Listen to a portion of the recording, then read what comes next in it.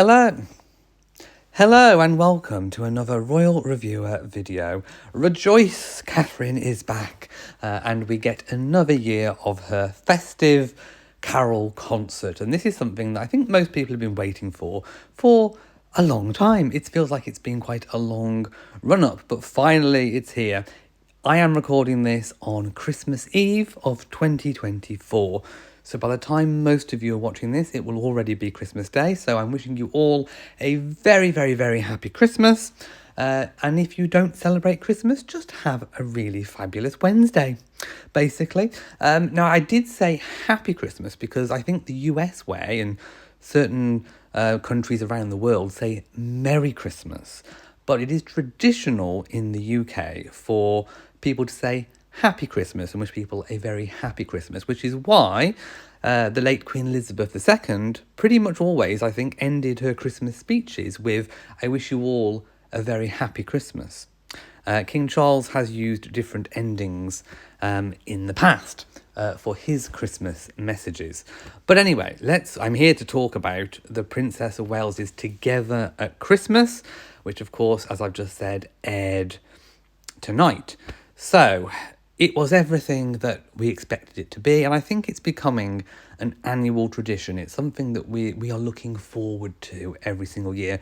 I read one comment on, I think it was an article comment on a newspaper where someone said, it was a Twitter or X tweet, and someone said, it's just an exercise in PR for the Princess of Wales.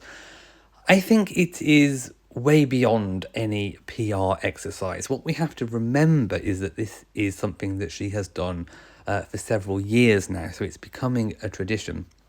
And also another reason why it's not a PR exercise is because this year Catherine has pulled out of or not attended so many different set-piece royal events.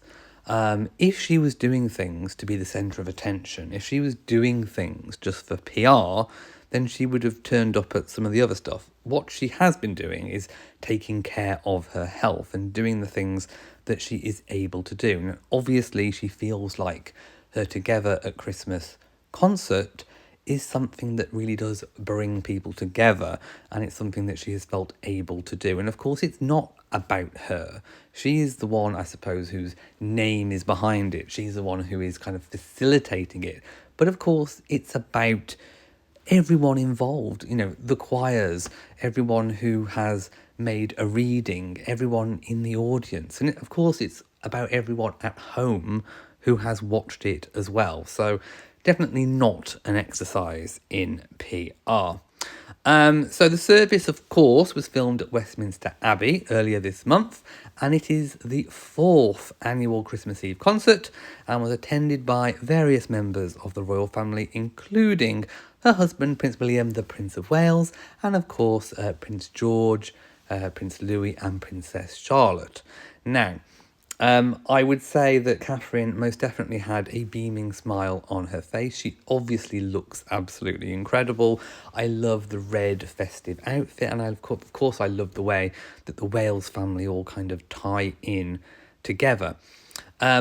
At the very start of the concert, Catherine called for people to slow down and reflect on the deeper things that connect us all and turn to love and not fear, which I think is a really powerful message this time of year, but also because of the year that we have had, whether it be things that we've witnessed in the media or, overseas tensions when it comes to countries against one another, or it could be political change, or it could be health issues. We've had a lot of fear, I suppose, and fear can divide us and love can bring us together, and that is the message. It's together at Christmas. So the broadcast of Catherine's service featured a special festive message from Catherine in which she spoke about the importance of love and empathy. It marked one of the few times that Catherine has made a public appearance, as I've said, this year after undergoing her cancer treatment, and is part of this gradual phased return to royal duties, which will continue into 2025. Her heartfelt message was also given in a letter to every single guest at the concert and 15 regional community services. Catherine said, "Christmas is one of my favourite times of the year. It is a time for presents, tinsel and mince pies, but it's also a time to slow down and reflect on the deeper things that connect us all. It's when we stop and take ourselves away from the pressures of daily life that we find the space to live our lives with an open heart, with love, kindness and forgiveness. So much of what the Christmas spirit is all about," and I couldn't agree more. By the way, I will be putting up lots of photos of the carol service. Obviously, I can't really use video footage because of copyright issues, but I'm hoping that you are enjoying the photos and my commentary. And of course, if you want to watch the actual concert, if you want footage of it, real video footage, I suggest you go and watch the concert. It will be, it's out there. So anyway, the Christmas story, she carries on, encourages us to consider the experiences and feelings of others. It also reflects our own vulnerabilities and reminds us of the importance of giving and receiving empathy, as well as just how much we need each other in spite of our differences. Above all else, it encourages us to turn to love, not fear. The theme of this year's Together at Christmas, of course, love and empathy, which is perhaps suitable considering the difficult year that the Princess of Wales has had, and also, I would say, King Charles as well. Catherine continued, "The love that we show ourselves and the love we show others, love that listens with empathy, love that is kind and understanding, love that is forgiving, and love that brings joy and hope. It is love which is the greatest gift we can receive, not just at Christmas, but every day of our lives." Her message was told in the form of a voiceover played at the start of the Together at Christmas concert at Westminster Abbey. Now, a few years ago, we did get Catherine playing the piano. I would have loved to have seen a return to the piano. And I think, as I've mentioned before, this is going to be an annual thing. I don't think this is going to be ever billed as a one-off again. I think we're going to be seeing this year and year and year, year on year on year on year. And I think it's only going to evolve over time. And I think it will change and adapt with the princess and, of course, the mood of the nation. I think it will always be, carols, and it will always be held. I mean, it might not always be held at Westminster Abbey. It could start to travel around the country, maybe. How it evolves, we do not know, but I think it will evolve. One thing I will note is that, obviously, the King's Christmas message this year is not held in a royal residence, a palace, or what you would call like a royal church or anything of that nature.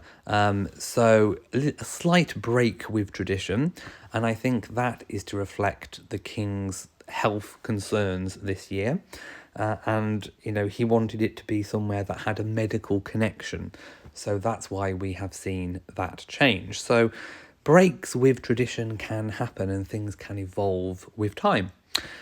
So Catherine has been described as being hands-on over every aspect of the service, including holding regular planning meetings at Windsor ahead of filming. So again, another reason why this is not just a PR exercise, as some cynical people claim.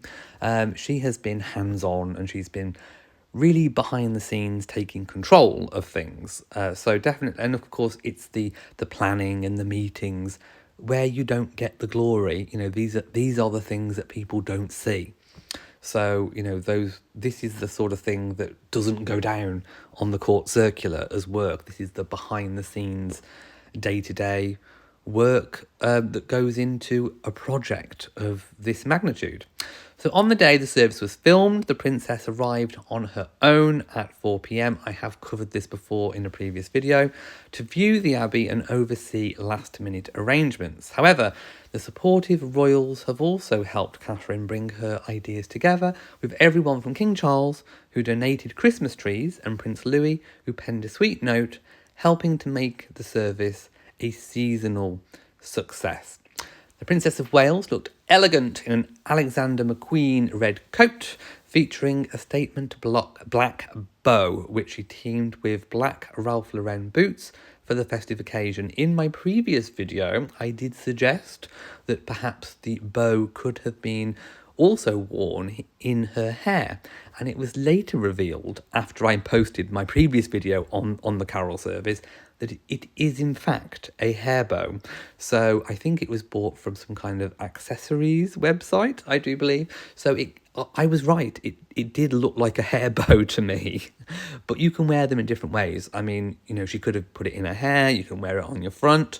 You could even probably pin it to the just above your back on a beautiful coat or a beautiful dress, just to give that nice kind of effect. So yes, it is actually a hair bow.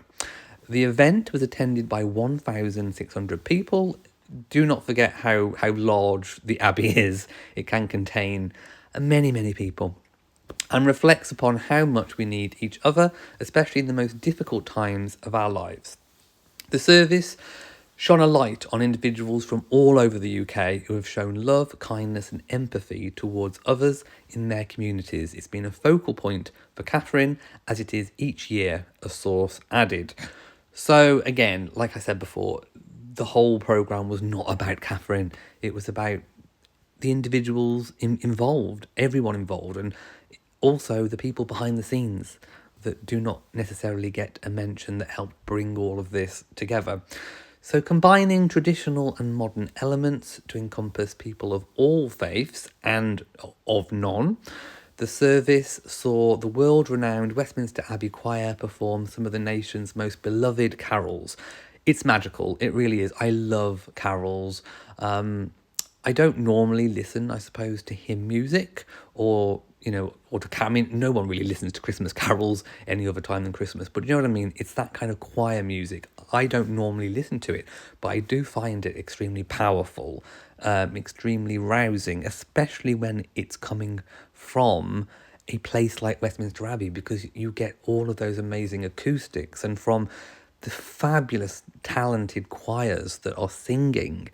It's just so atmospheric, and because that translates onto TV, just imagine what that would have actually sounded like inside. I think not only would you have heard the music and the singing, you would have felt it.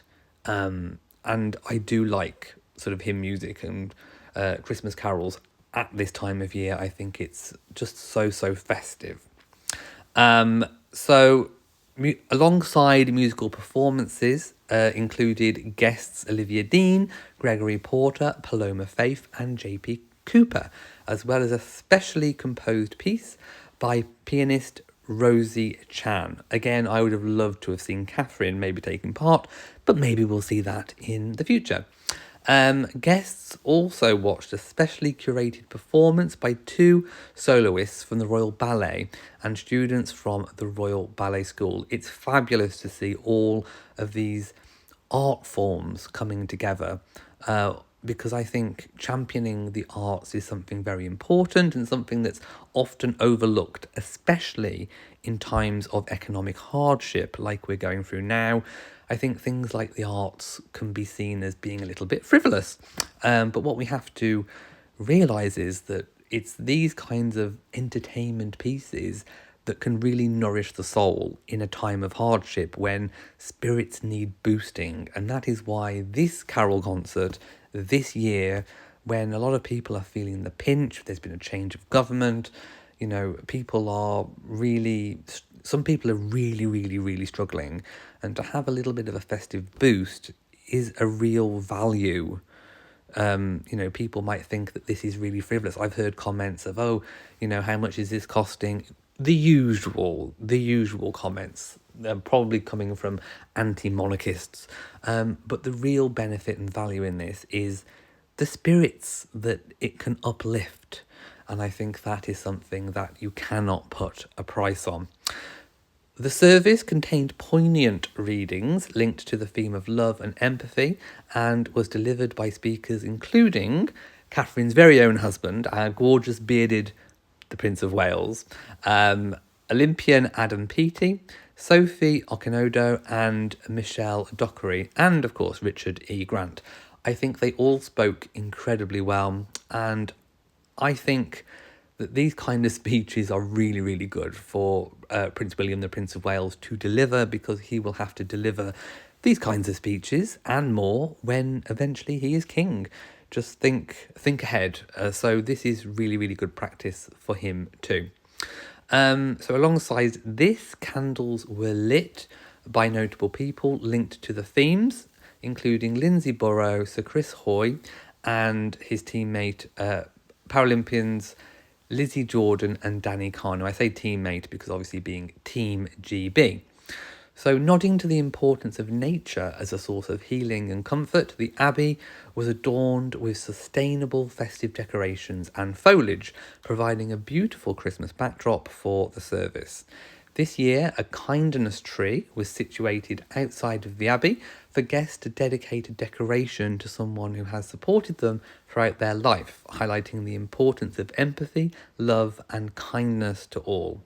In addition, guests waiting to enter the Abbey were treated to 2 music performances by young performers, including a 25-piece steel pan band and jazz ensemble from Restore the Music, a nationwide charity funding music education for young people. Sat directly behind our very own Wales family, who were in the front row, was Princess Anne's daughter Zara Tindall, who looked stunning, I have to say, in a velvet suit, while the Duke and Duchess of Gloucester were directly behind Prince William. Next to them were George Gilman, who is married to the Gloucester's daughter, Lady Rose Windsor. Lady Rose wasn't actually present, but Gilman was joined by their daughter Lila, who is age 14, amid the backdrop of the beautifully decorated Abbey. After Catherine's opening speech, the broadcast of her annual festive gathering was narrated by Scottish actress Kelly MacDonald and features 3 special community films which brought together the life stories of people and organisations who have inspired, counselled and comforted others in their times of need. So I have to say that it was a rip-roaring success for 2024. I can only begin to dream and imagine how wonderfully festive 2025's Christmas Carol concert will be. I'm sure we will get confirmation of that later in the new year. One thing I did love from a few years ago was the collaboration between William and Catherine and Mary Berry. Literally an icon of British food, Mary Berry. And I would love to see a return of something of that nature as well. I kind of see Catherine as being a little bit like how Mariah Carey is to Christmas in the music industry. I think Catherine can be the Princess of Christmas and eventually the Queen of Christmas. So let me know what you thought of the concert. Let me know what your favourite moment was. I think for me it had to be just all of that beautiful choral music. I mean, obviously they were singing carols, but just to hear those voices, those sort of choral voices, I think just really resonated. And I also really loved the reading by Prince William. So let me know what was your favourite moment. Thank you for watching this video. If you've enjoyed it, please give it a big old thumbs up. Don't forget to share on social media. And of course, do hit that bell so that you know whenever I upload a new video. And the Royal Carols Together at Christmas concert is available to watch on ITV1 and ITVX if you are in the UK. And I'm sure you will find either the full version or at least clips of it online, so do check that out. So from me, until next time, mwah. Oh, by the way, I am also releasing my alternative Christmas speech tomorrow as well, just about 5 minutes after the King. So mwah, to you all my lovies, and goodbye.